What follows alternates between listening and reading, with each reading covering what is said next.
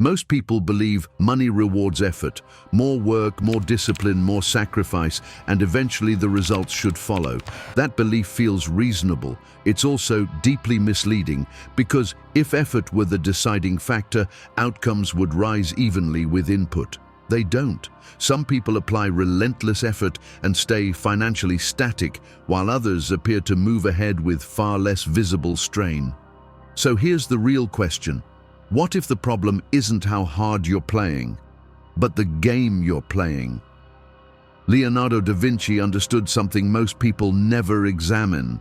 Outcomes are not produced by intensity alone. They are produced by rules. And when you apply effort inside the wrong rule set, progress doesn't accelerate, it stalls. That distinction became clear the first time I noticed results that couldn't be explained by effort alone. The activity was there, the discipline was real, but the outcomes remained capped, not delayed, capped, which exposed a quiet truth most people never stop to question. When effort keeps increasing but results don't, the issue isn't motivation, it's structure. At that point, pushing harder only deepens the problem, because effort doesn't change the rules of the game, it only optimizes performance within them. And once you see that, a different question takes over. What game are you actually playing with your money? Leonardo da Vinci would have recognized this immediately because he never confused effort with advantage. He studied systems, how forces interacted, how outcomes emerged, how small structural changes produced disproportionate effects. Vinci knew that mastery came from understanding the rules that governed a domain, not from exhausting oneself within it. Applied to money, the same principle holds. There are games where effort compounds and games where effort plateaus. Games where time works for you and games where time quietly works against you. Most people never choose a game deliberately. They inherit one and then spend years trying to win by trying harder instead of stepping back to ask whether the rules themselves are worth playing. Every system rewards something. Some reward time, some reward ownership, some reward control. Others quietly penalize them. Money is no different. It doesn't respond to intention or fairness. It responds to the rules embedded in how value is created, exchanged, and accumulated. Most people never examine those rules.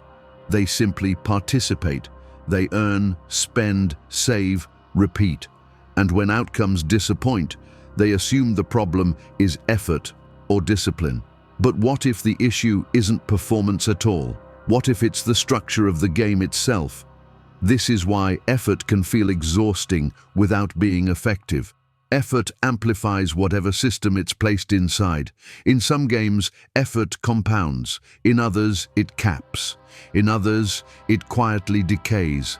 The tragedy is that effort feels virtuous regardless of outcome, so the wrong game can be played for decades without being questioned. How many people double down on effort not because it works, but because it feels responsible? And how often does responsibility become a substitute for results? Da Vinci never accepted a system without first understanding how it behaved. He stepped outside mechanisms before committing to them.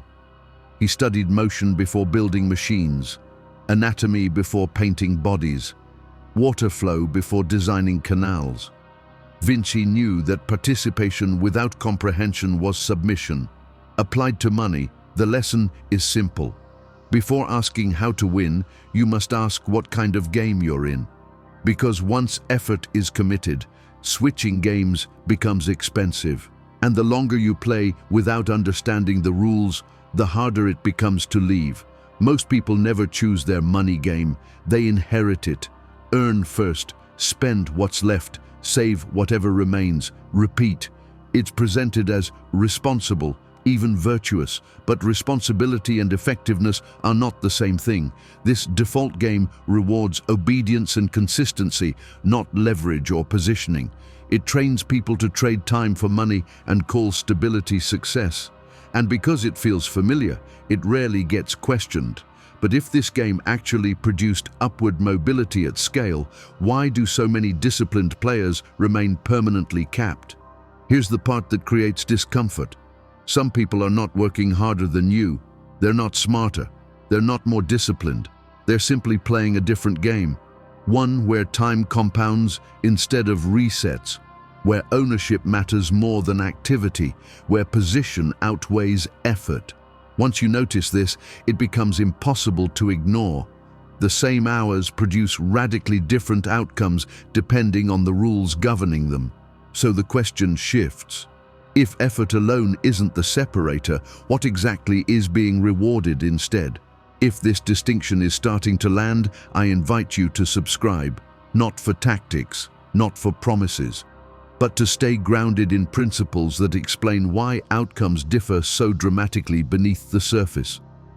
This channel is for people who are done mistaking participation for progress and effort for advantage. We study money as a system of rules, not a test of character. And once you start seeing the game clearly, you stop asking how to push harder and start asking where to position yourself instead. I've watched this play out more times than I expected.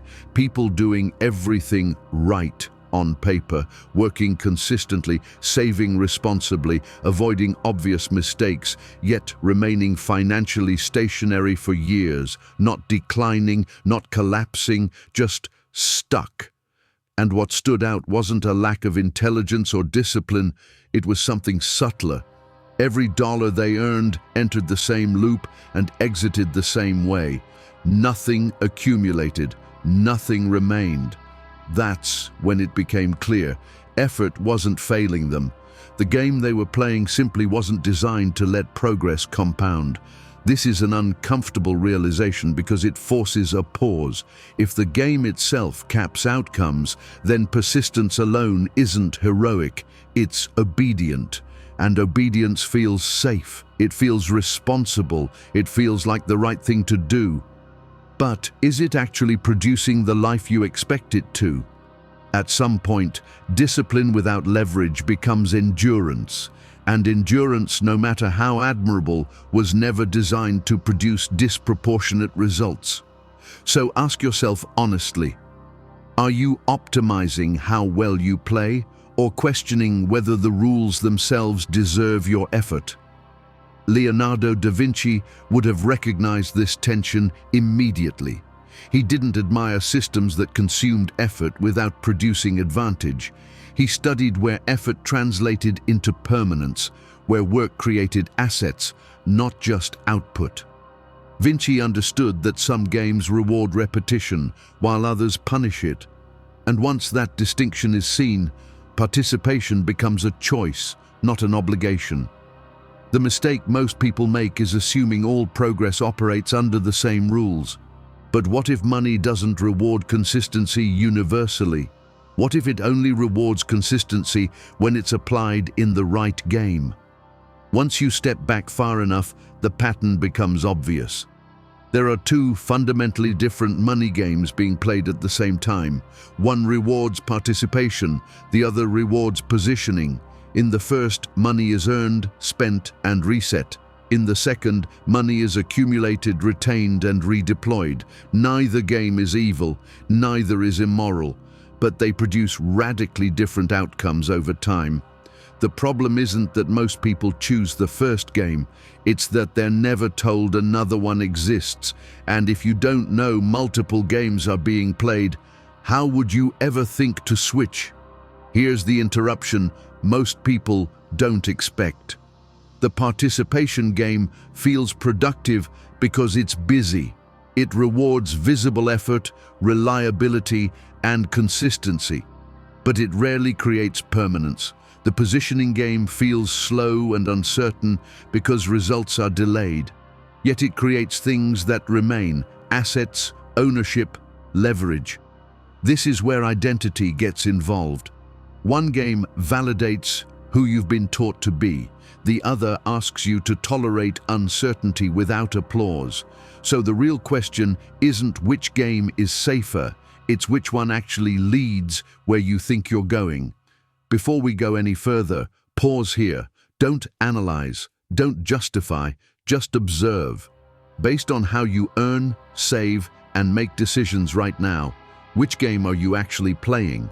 The participation game, where effort resets outcomes each cycle, or the positioning game, where time and accumulation begin to work in your favor? Most people answer this emotionally instead of structurally. So be honest. If this distinction clarified something uncomfortable or obvious, capture it. Leave a comment with one word that reflects where you truly are right now. Awareness is the moment the game stops running automatically. So why don't more people switch once the distinction is visible? Because switching games threatens identity. The participation game rewards traits people have built their self-worth around: reliability, endurance, sacrifice. Leaving it can feel like betrayal, not of others, but of self. The positioning game asks a different kind of courage. It asks you to endure ambiguity without validation, to look inactive while something unseen is forming, to risk being misunderstood. And that raises a quiet question most people avoid. If progress doesn't look like effort anymore, who am I without the struggle? Here's the interruption most people don't expect. Comfort and correctness rarely overlap. The game that feels safest is often the one that caps outcomes most effectively. Familiar routines create emotional security, even when they produce diminishing returns. The mind prefers predictable strain over uncertain leverage. But what if safety is being confused with stagnation?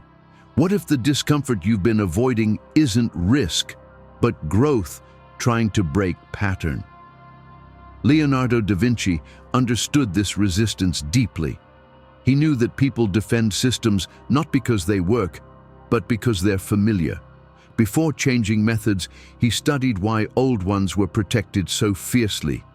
Vinci believed that insight without emotional readiness collapses under pressure. That's why he observed longer than he acted. Applied to money, the lesson is precise. You don't switch games by impulse. You switch by understanding what's holding you in place. Until that resistance is seen clearly, effort will always be redirected back into the same rules, no matter how motivated you feel.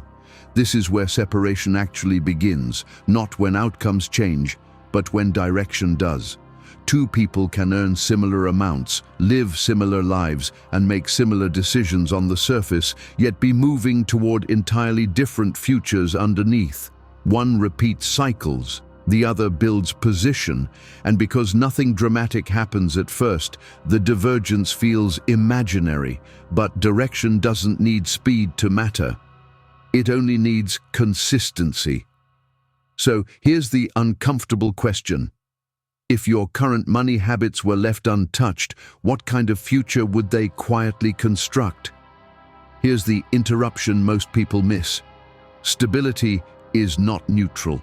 Repetition without accumulation isn't maintenance, it's erosion masked as normality. When money enters your life and leaves without leaving anything behind, time isn't standing still. It's compounding absence. And because there's no immediate pain, the pattern feels safe. But safety and progress are not the same thing. How often does nothing going wrong become the reason nothing ever moves forward? The longer this goes unnoticed, the more expensive it becomes to change, not financially at first, but psychologically. Habits harden, expectations adjust, identity settles. At some point, switching games stops feeling like an option and starts feeling like a threat. Not because it is one, but because so much time has already been invested in the old rules. This is how people become loyal to outcomes they never intended. So the real question isn't whether change is possible, it's whether you're still early enough for it to feel simple. Years ago, I watched this play out between two colleagues who started in nearly identical positions. Same income, same industry, same level of discipline. One focused on optimizing monthly comfort, keeping life smooth, predictable, and balanced. The other quietly redirected a portion of every cycle toward ownership, Small, unglamorous decisions that didn't change his lifestyle at all. For a long time, nothing separated them. Then, slowly, options began to appear for one and not the other. Flexibility, choice, margin.